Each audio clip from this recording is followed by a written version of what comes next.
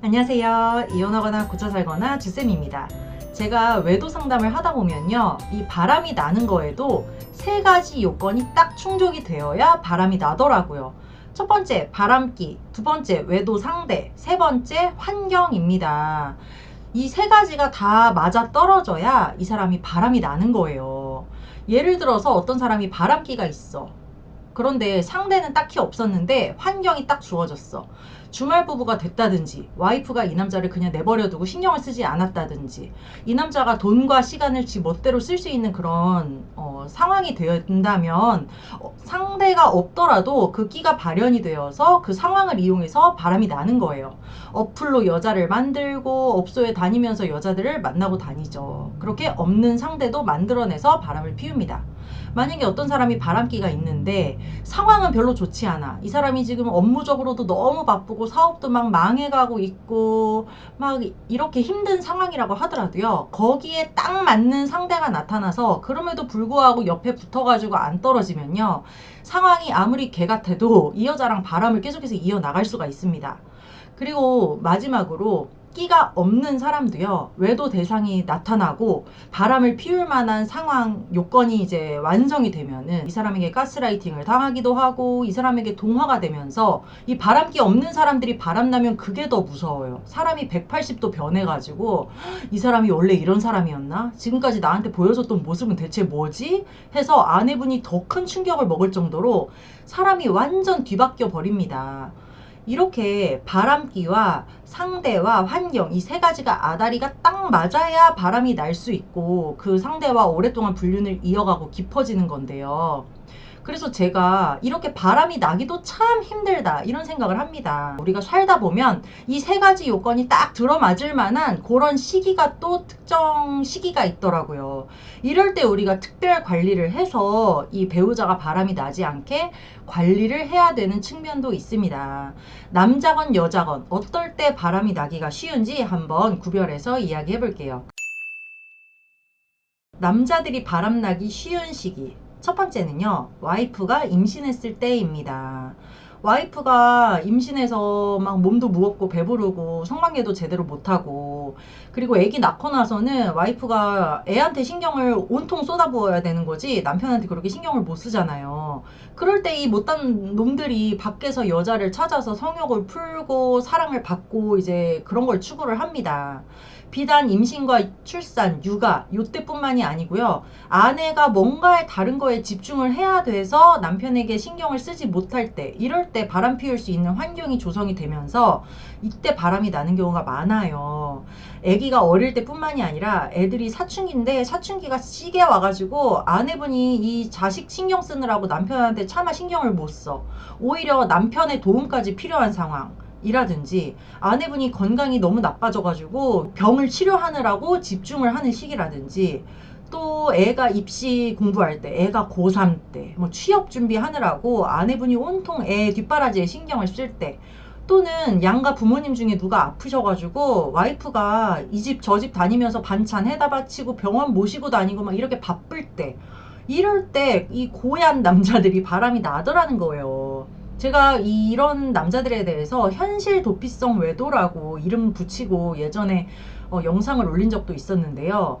이렇게 아내가 너무 힘들고 가정을 위해서 희생하고 있을 때, 온 힘을 다 쏟고 있을 때, 또 이제 예를 들자면 애가 장애가 있거나 애가 무슨 센터에 다녀야 되고 애가 뭐 발달장애나 자폐 이런 게 있어서 애한테 신경을 쓸 수밖에 없을 때 이럴 때 남자들이 나가서 바람을 피는 경우가 많은데 이런 게 약간 현실 도피성으로 외도를 하는 경우인 거죠.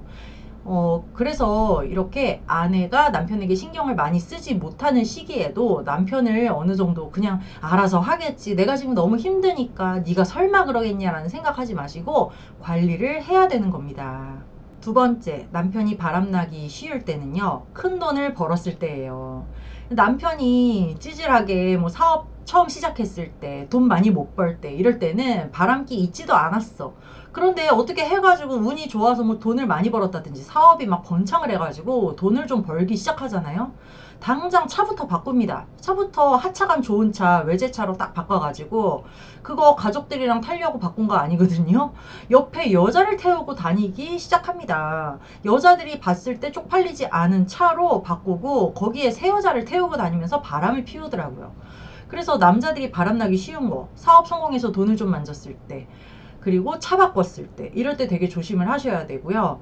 그럴 때 어떤 여자랑 바람이 나냐면 술집에 다니면서 돈 쓰기 시작하면서 술집 여자랑 바람이 나고요. 골프 치면서 바람 나고 자기 사업장에 있는 여직원이랑 또 바람이 잘 나요. 예를 들어서 격리 여직원 이런 애랑 이제 붙어먹기 시작하면서 나중에 걸리고 나서도 걔를 내보내지 않고 걔 없으면 회사 망한다 이러면서 상간녀를 막 두둔을 합니다. 이렇게 남자들이 돈을 좀 만지기 시작하면요. 자기가 그동안에 돈 못 벌 때 아내에게 굉장히 무시를 당했다고 갑자기 막 현실 왜곡을 해요. 그동안에 남편이 벌이가 시원치 않으니까 아내분이 맞벌이를 하기도 하고 아내분도 그렇게 편안하게 살지는 않았을 거예요.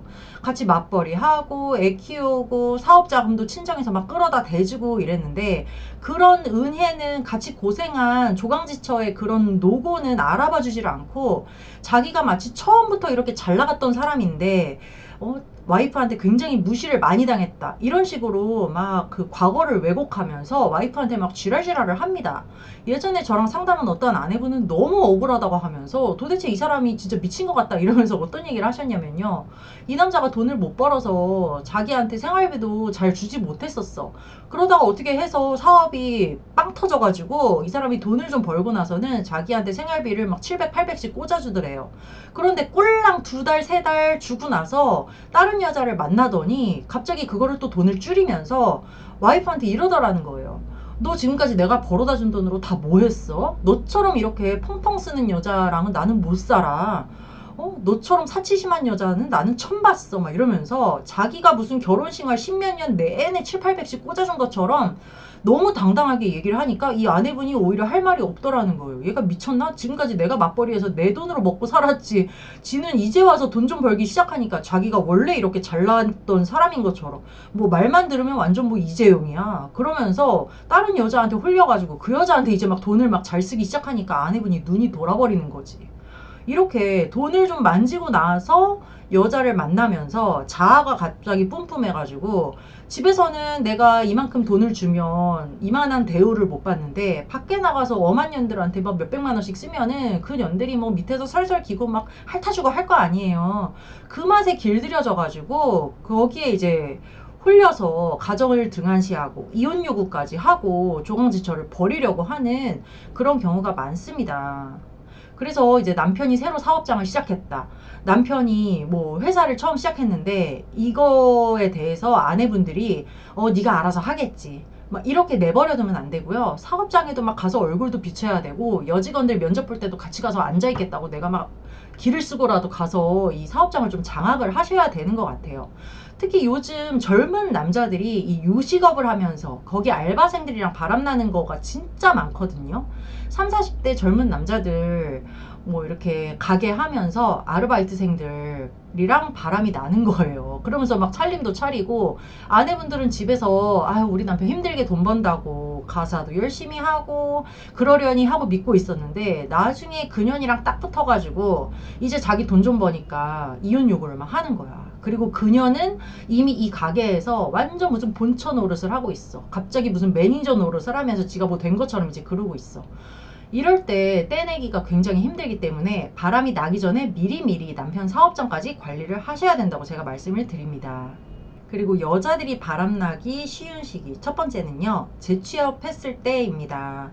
이제 아내가 아기 키우고 뭐하고 하면서 집에만 있다가 맞벌이 한다고 이제 재취업을 하잖아요. 그러면 사실 얼마나 설레겠어요. 이제 육아 감옥에서 벗어나가지고 나도 이제 커리어 우먼이고 열심히 살아서 이제 사회에서 한 몫을 해야 되겠다. 막 각오도 다지고 외모도 막 점검을 하게 되죠. 질끈 묶던 머리에서 파마도 하고 피부과도 다니고 화장품도 좀 새로 사고 옷도 좀 새로 사고 하면서 이제 꾸미기 시작합니다. 그리고 밖에 나가면 굉장히 긴장이 많이 될 거 아니에요. 아, 나 집에 있다 나온 여자 티나면 어떡하지? 막 긴장 바짝 돼가지고 군기 바짝 들었어. 이럴 때 이제 일가를 가르쳐주는 사수, 팀장, 옆 부서의 뭐 이렇게 또래 남자 이런 애들이랑 바람이 나더라고요. 또 총각들도 요즘은 유부녀랑 많이 바람이 납니다.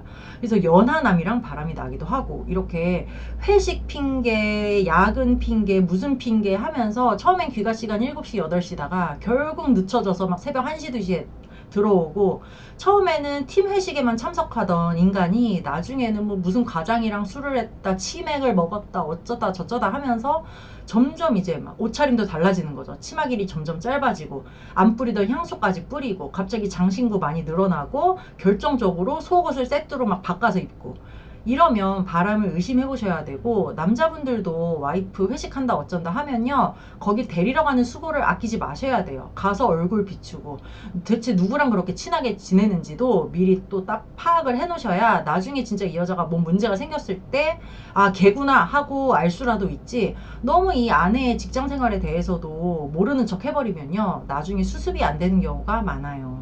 그리고 두 번째는 모임과 취미 생활을 새로 시작했을 때입니다. 이제 아내가 애들 어느 정도 키워놓고 애들이 중학생, 고등학생 되면 시간이 많아지니까요. 밖에 나가서 무슨 모임도 하게 되고 아줌마들끼리도 놀고 운동 모임도 하고 막 이래요. 그러면 집에서는 무슨 무수리 같고 비서 같고 가정부 같고 막 이렇게 느껴졌었는데 밖에 나가서 새로운 사람들 만나고 막 운동하고 이러다 보니까 삶의 활력소가 막 붙죠. 그러면서 언니 동생 하는 사이도 생기게 되고 막 주변에 남자들도 막 생기게 돼요. 이럴 때 갑자기 이 여자의 자존감이 확 올라가고 자기 자신을 객관적으로 볼 수 있게 되는 눈이 뜨이는 거예요.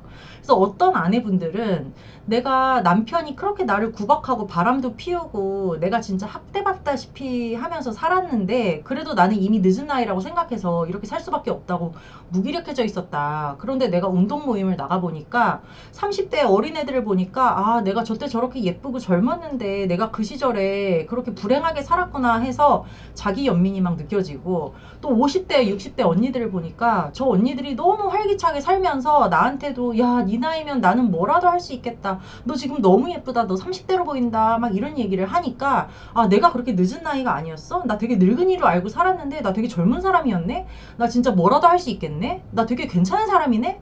라는 자신감이 생기면서 이혼에 대한 확신이 생기고 자신감이 생겼다. 이런 분들이 굉장히 많아요. 그럴 때 이제 여자들이 해주는 그런 말에도 이렇게 막 용기가 생기는데 어떤 남자가 나한테 와서 막 너무 예쁘시다. 아가씨인 줄 알았다. 뭐 30대로 보이신다. 누님 하면서 막 그지랄 떨면은 이 여자가 얼마나 또 설레고 자존감이 올라가고 하겠어요.